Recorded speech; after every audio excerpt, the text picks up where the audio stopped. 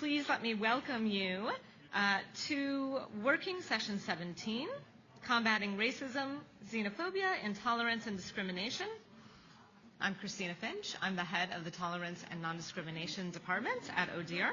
Monsieur l'ambassadeur, chers collègues, chaque année, le 29 mai, le président Erdogan célèbre en grande pompe la prise de Constantinople par les Ottomans en 1453.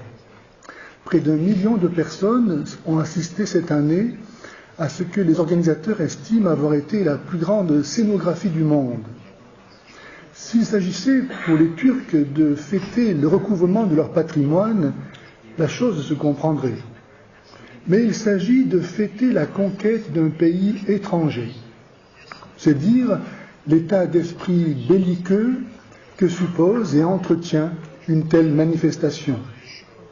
C'est pourquoi l'association Salut et Miséricorde demande à l'OSCE de bien vouloir intervenir auprès de M. Erdogan pour qu'il fasse montre de tact et de diplomatie, à défaut de repentance, pour cesser d'entretenir ce souvenir de l'épisode barbare de la prise de Constantinople, qui ne laisse d'ailleurs rien augurer de bon pour l'avenir de l'Europe.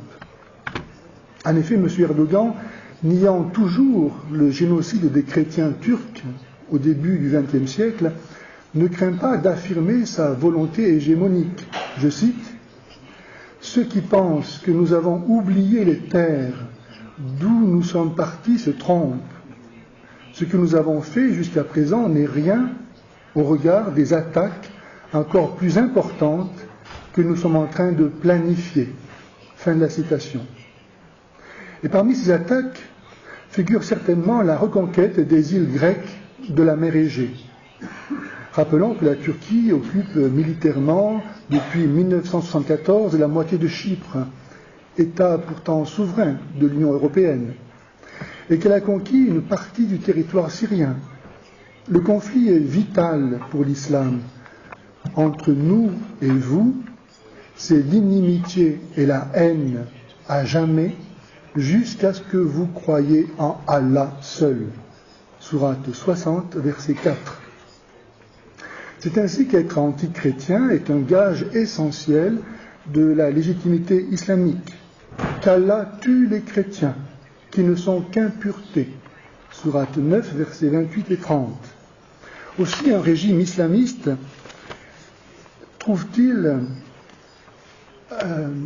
sa légitimité aux yeux de sa population, et M. Erdogan s'emploie à conduire la Turquie sur ce chemin, en permettant l'intolérance à l'égard des chrétiens. En Afghanistan, aux Moluques, au Nigeria, en Arabie Saoudite, au Soudan et ailleurs, se convertir au christianisme est légalement puni de la peine capitale. La pression sur les églises est telle que les chrétiens disparaissent de ces pays. Les chrétiens représentaient le tiers de la population de la Syrie à la fin du XIXe siècle. Ils sont aujourd'hui moins de 4%. En 1932, ils formaient au Liban plus de 55% de la population. Leur proportion aujourd'hui est inférieure à 30%. En 1948, ils étaient 23% de la population en Cisjordanie. Mais en 2010, ils ne sont que 1,6%. À ces dates, ils étaient 25% en Égypte et aujourd'hui 10%. La Turquie a réussi à faire chuter leur nombre à 0,4%, alors qu'ils étaient 30% au début du XXe siècle sur son sol. En Iran, leur nombre a diminué de 66%. En Irak, en une génération, les chrétiens ont diminué de 90%.